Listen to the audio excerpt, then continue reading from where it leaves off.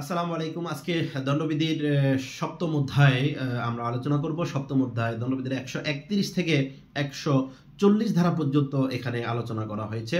এখানে বাংলাদেশ সেনাবাহিনী, বাংলাদেশ বিমান বাহিনী এবং বাংলাদেশ নৌবাহিনী সংক্রান্ত অপরাধের কথা বর্ণনা করা হয়েছে। আমরা দণ্ডবিধির 131 ধারা দেখব যে কি বলছে। দণ্ডবিধির 131 ধারা বলছে যে যদি কোনো ব্যক্তি বাংলাদেশ সেনাবাহিনী, নৌবাহিনী বা বিমান বাহিনীকে বিদ্রোহ করার জন্য প্ররোচিত করে অথবা তাদের যে নিজ কর্তব্য সে কর্তব্য হতে বিপদগামী করার জন্য সহায়তা করে, তাহলে সেই ব্যক্তি দণ্ডবিধি আইনের এই 131 ধারা মোতাবেক অপরাধী হবে এবং তার শাস্তি হবে।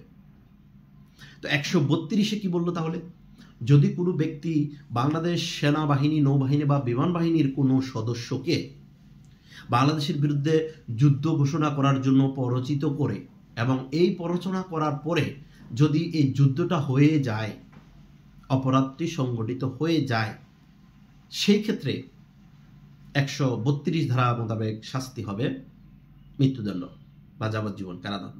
যাই হোক, এরপরে দণ্ডবিধি 133 ধারা তাহলে কি বললো? 133 ধারা বলছে যে সেনা, নৌ, বিমান বাহিনীর যে ঊর্ধ্বতন কর্মকর্তা কর্মচারী আছে তাদের উপর আক্রমণ করার জন্য প্ররোচনা করার শাস্তি। অর্থাৎ যদি কোনো ব্যক্তি বাংলাদেশ সেনা, নৌ বা বিমান বাহিনীর ঊর্ধ্বতন কর্তৃপক্ষের উপর যদি আক্রমণ করার জন্য যদি প্ররোচিত করে, তাহলে শুধুমাত্র প্ররোচনা করছে, আক্রমণটা এখনো হয় নাই, শুধুমাত্র প্ররোচনা করছে আক্রমণ করার জন্য, তাহলে তার শাস্তি হবে 133 ধারায়। এখন 134 ধারা বলছে যে যদি কোনো ব্যক্তি সেনা, নৌ, বিমান বাহিনীর ঊর্ধ্বতন কর্মকর্তাদের উপর আক্রমণ করার প্ররোচনার ফলে যদি আক্রমণটা হয়ে যায়, অপরাধটি যদি সংগঠিত হয়ে যায়, আক্রমণটা যদি হয়ে যায়, তখন হচ্ছে দণ্ডবিধির 134 ধারা মোতাবেক শাস্তি হবে। এরপরে এখন সেনা, নৌ, বিমান বাহিনী থেকে যদি কোনো সদস্য পলায়ন করার জন্য যদি প্ররোচিত করে, অর্থাৎ বাংলাদেশ সামরিক বাহিনী থেকে কোনো সদস্যকে যদি পলায়ন করার জন্য সহায়তা করে, প্ররোচিত করে, সহযোগিতা করে, তার শাস্তি হবে দণ্ডবিধি 135 ধারা। ধরেন এখন পলায়ন করলো, করার পরে তাকে, সে তো কোথাও লুকায় থাকবে, এখন সে যেখানে লুকায় থাকবে তাকে যে আশ্রয় দিবে, অর্থাৎ সামরিক বাহিনীর পলায়নকৃত কোনো সদস্যকে যদি কোনো ব্যক্তি আশ্রয় দান করে, তাহলে সে ব্যক্তির আশ্রয়দাতার শাস্তি হবে দণ্ডবিধির 136 ধারায়। দণ্ডবিধির 137 ধারাটা আমরা পড়বো না, এটা কম গুরুত্বপূর্ণ। দণ্ডবিধির 138 ধারা বলছে যে অবাধ্যতা প্রদর্শন করার জন্য সহায়তা করা। যে বাংলাদেশ সামরিক বাহিনীর কোনো সদস্যকে অবাধ্যতা প্রদর্শন করার জন্য যদি কোনো ব্যক্তি প্ররোচিত করে, সহায়তা করে, সেই ব্যক্তির দণ্ড হবে দণ্ডবিধির 138 ধারায়। দণ্ডবিধির 139 ধারায় এখানে বলছে যে বাংলাদেশ স্থলবাহিনী আইন 1952, বাংলাদেশ নৌবাহিনী অধ্যাদেশ 1961 এবং বাংলাদেশ বিমান বাহিনী আইন 1953, এই আইনের অধীনে যে কর্মকর্তা কর্মচারী আছে তাদের শাস্তি এই দণ্ডবিধি আইনে হবে না। তাদের শাস্তি সামরিক আইন, তাদের যে আইন আছে তাদের এই আইনগুলো অনুসারে হবে। তাদেরকে এই দণ্ডবিধি আইনের শাস্তি থেকে অব্যাহতি দেওয়া হয়েছে। তা এটা কোন ধারা মোতাবেক দেওয়া হয়েছে? দণ্ডবিধির 139 ধারা মোতাবেক।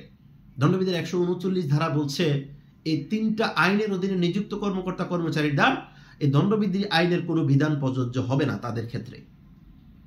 দণ্ডবিধি 140 ধারা বলছে এখন এই সামরিক বাহিনী, সেনা, নৌ এবং বিমান বাহিনীর যে পোশাক আছে, প্রতীক আছে, যদি কোনো ব্যক্তি সামরিক বাহিনীর, সেনা, নৌ, বিমান বাহিনীর পোশাক পরিধান করে বা প্রতীক ধারণ করে কোনো প্রতারণার উদ্দেশ্যে ব্যবহার করার চেষ্টা করে, অথবা তাদের এমনভাবে পরিধান করে যেভাবে পরিধান করলে মনে হচ্ছে যে সে একেবারে সেনা, নৌ, বিমান বাহিনীর সদস্য, এরকম প্রতারণা করার জন্য যদি কোনো ব্যক্তি যদি সামরিক বাহিনীর পোশাক পরিচ্ছদ এগুলা যদি পরিধান করে, প্রতীক ধারণ করে নিজেকে সেনা সদস্য, নৌ সদস্য বা বিমান বাহিনীর সদস্য হিসেবে পরিচয় দেয়, সেই ব্যক্তির শাস্তি হবে দণ্ডবিধি আইনের 140 ধারা মোতাবেক। তো বন্ধুরা, দণ্ডবিধি আইনের এই সপ্তম অধ্যায় বাংলাদেশ স্থল, নৌ ও বিমান বাহিনী সংক্রান্ত অপরাধ 131 থেকে 140 ধারা পর্যন্ত। আপনারা এই অধ্যায়টা এইভাবে মনে রাখতে পারেন যে 7ম অধ্যায়। ভিডিওটি ভালো লাগলে অবশ্যই শেয়ার করে দেবেন, আর যদি ভালো লাগে সুন্দর করে একটা কমেন্ট করবেন কেমন লেগেছে, বুঝতে পারছেন কিনা।